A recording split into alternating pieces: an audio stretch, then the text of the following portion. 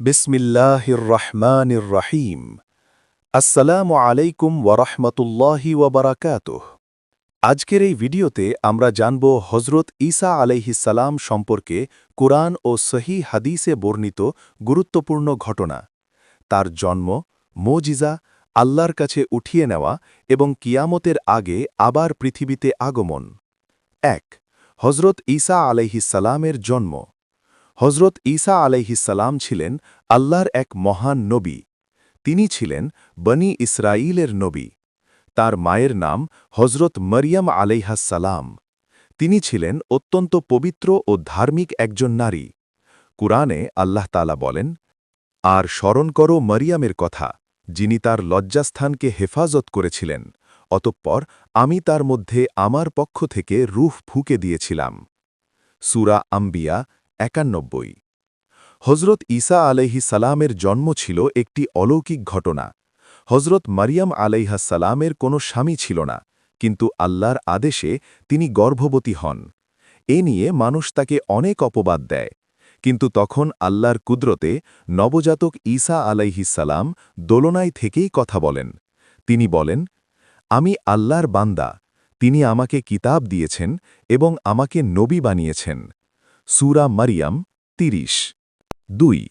ঈসা আলাইহিসসালামের দাওয়াত। বড় হওয়ার পর হজরত ঈসা আলাইহিসসালাম মানুষকে এক আল্লাহর ইবাদতের দিকে আহ্বান করেন। তিনি বলতেন, নিশ্চয়ই আল্লাহই আমার রব এবং তোমাদের রব, তাই তোমরা তাঁরই ইবাদত করো। সূরা আলে ইমরান ৫১। তিনি মানুষকে শিখিয়েছিলেন আল্লাহর ইবাদত করতে, অন্যায় ও পাপ থেকে দূরে থাকতে, সত্য ও ন্যায়ের পথে চলতে। কিন্তু বনি ইসরাঈলের অনেক লোক তার বিরোধিতা করেছিল। ৩. ঈসা আলাইহিসসালামের মুজিজা। আল্লাহ তাআলা হজরত ঈসা আলাইহিসসালামকে অনেক অলৌকিক ক্ষমতা দিয়েছিলেন। কুরআনে উল্লেখ আছে, ১. অন্ধকে সুস্থ করা। তিনি আল্লাহর অনুমতিতে জন্মান্ধ মানুষকে সুস্থ করে দিতেন। ২. কুষ্ঠরোগ সারানো। কুষ্ঠরোগে আক্রান্ত মানুষকেও তিনি আল্লাহর অনুমতিতে সুস্থ করতেন। ৩. মৃতকে জীবিত করা। সবচেয়ে বড় মৌজিজাগুলোর একটি ছিল আল্লাহর অনুমতিতে মৃত মানুষকে জীবিত করা। ৪. মাটির পাখি জীবিত করা।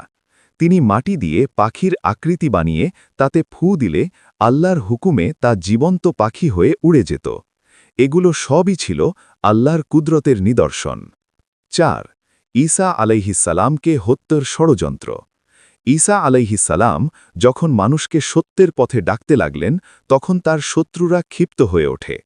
বানি ইসরাঈলের কিছু লোক তাকে হত্যা করার পরিকল্পনা করে। তারা রোমান শাসকদের কাছে অভিযোগ করে এবং তাকে ধরার চেষ্টা করে।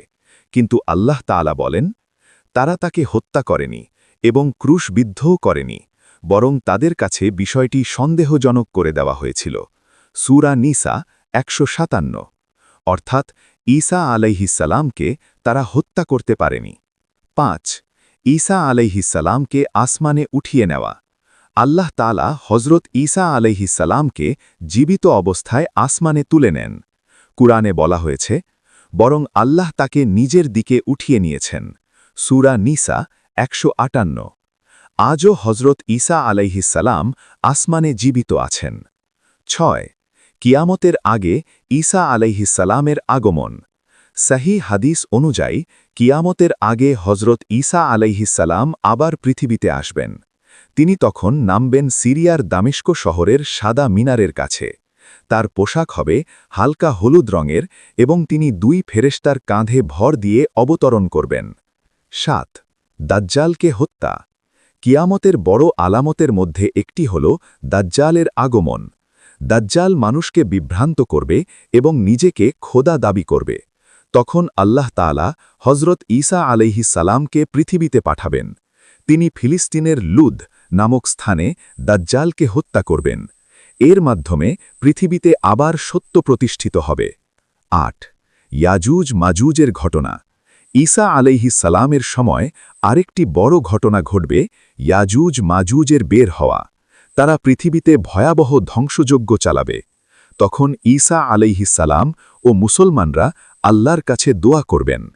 এরপর আল্লাহ তাআলা এক ধরনের রোগ পাঠিয়ে ইয়াজুজ মাজুজকে ধ্বংস করবেন। 9. পৃথিবীতে শান্তির যুগ। ঈসা আলাইহিস সালাম পৃথিবীতে আসার পর পৃথিবীতে শান্তি ও ন্যায় বিচার প্রতিষ্ঠিত হবে।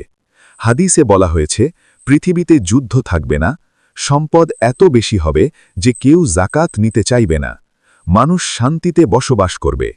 ঈসা আলাইহিস সালাম তখন ইসলামের নিয়ম অনুযায়ী শাসন করবেন। 10. ঈসা আলাইহিস সালামের ইন্তেকাল।